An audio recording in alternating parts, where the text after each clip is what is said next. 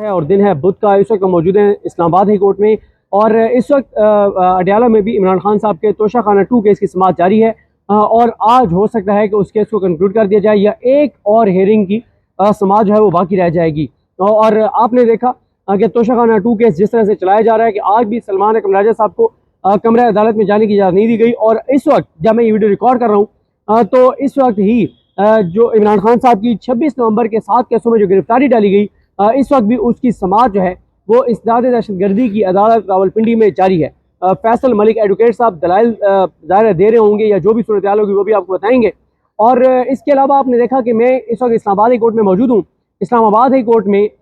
जुमे के रोज़ जो बैरिस्टर सलमान सफदर साहब हैं उन्होंने एक कानूनी ज़बान में धमकी लगाई थी जस्टिस इनाम अमीन मिन्हाज को और उनको कहा था कि तोशाखाना 2 बरीयत केस जो है वो सोमवार के लिए आप समाअत के लिए मुकर्रर कर दें और अगर आपने सोमवार के लिए समाअत के लिए मुकर्रर ना किया तो फिर मैं इस अदालत में लौट कर नहीं आऊँगा और क्योंकि उसका फ़ायदा नहीं होगा क्योंकि उधर से सज़ा हो जाएगी। लेकिन जस्टिस इनाम अमीन मिन्हाज जो 26 यानी तरमीम की पैदावार हैं उन्होंने वो भी ज़ाहिर है वो 26 यानी तरमीम के तहत आए हैं तो वो इंसाफ कर तो नहीं करेंगे ना, वो करेंगे जिस मकसद के लिए उनको लाया गया है। क्योंकि अगर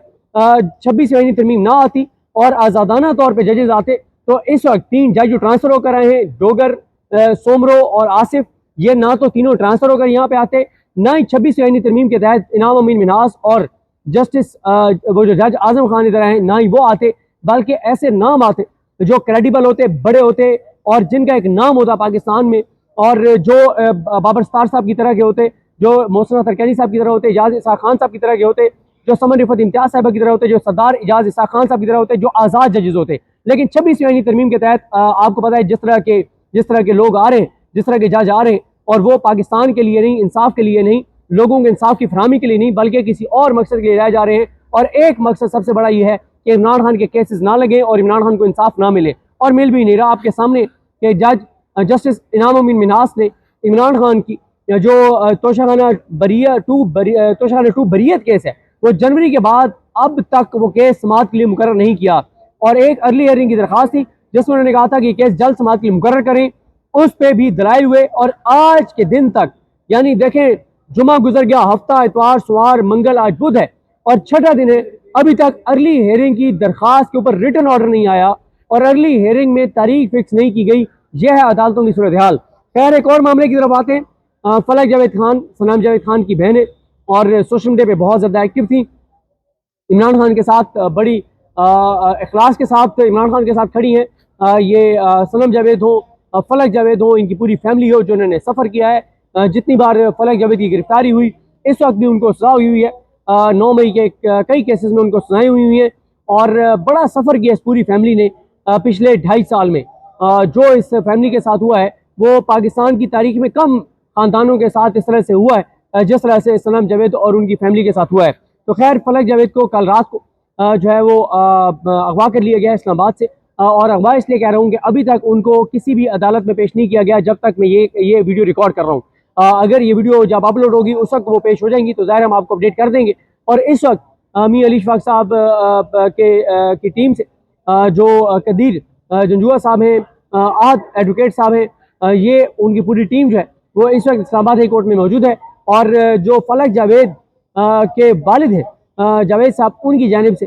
एक पिटीशन जो है वो दायर की गई है जिसमें कहा गया है कि उनकी बेटी को अगवा किया गया है और उनको किसी भी केस में उनकी गिरफ्तारी नहीं डाली गई, ना ही उनको कहीं प्रोड्यूस किया गया है, तो उनको प्रोड्यूस किया जाए, उनको अदालत में पेश किया जाए और उनको इस्लामाबाद से अभी कहीं और मुंतकिल ना किया जाए। लेकिन इस वक्त जब मैं ये वीडियो रिकॉर्ड कर रहा हूँ इस वक्त तक वो केस समाअत के लिए मुकर्रर नहीं कर रहे जस्टिस सरफराज डोगर। और इसमें जो पार्टी बनाया गया है इसमें वफाकी हुकूमत को वज़ीर सेक्रेटरी दाखिला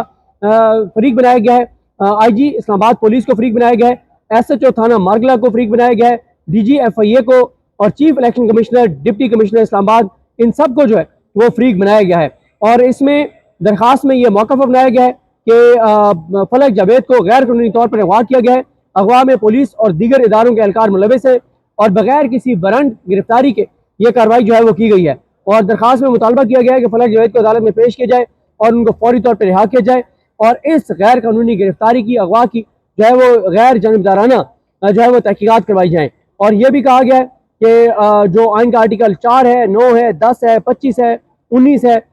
इन आइन के आर्टिकल्स की खिलाफ वर्जी हुई है। और ये सारे पॉइंट्स क्यों कैसे खिलाफ वर्जी हुई है, ये सारी चीज़ें लिखी गई हैं। और इसमें यह भी लिखा गया है कि जो फलक जावेद थे उनको किसी भी तरह से जो है वो अगर वो किसी केस में मतलूब थी तो वारंट गिरफ्तारी उनके होने चाहिए थे। और लेकिन वारंट गिरफ्तारी अभी तक सामने नहीं आए। और टाइम लिखा गया है कि रात 12:25 पे उनको इस्लामाबाद पुलिस के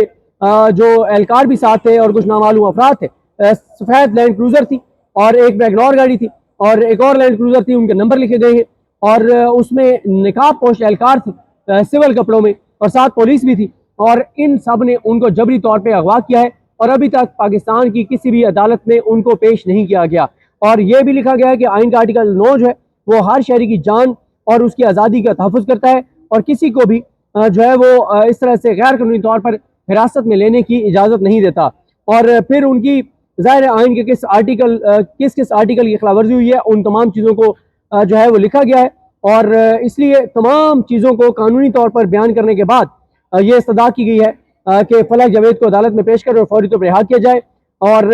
FIR और दीगर कानूनी दस्तावेजात फराम की जाए और उन पर अमल दरामद रोका जाए और आइंदा उनको हरास करने से जो है वो रोका जाए। और इनके जो जिस तरह से उनको अगवा किया गया, उठाया गया, इस तमाम प्रोसेस को गैर आइनी गैर कानूनी डिक्लेयर किया जाए और इस सारे मामले पर एक गैर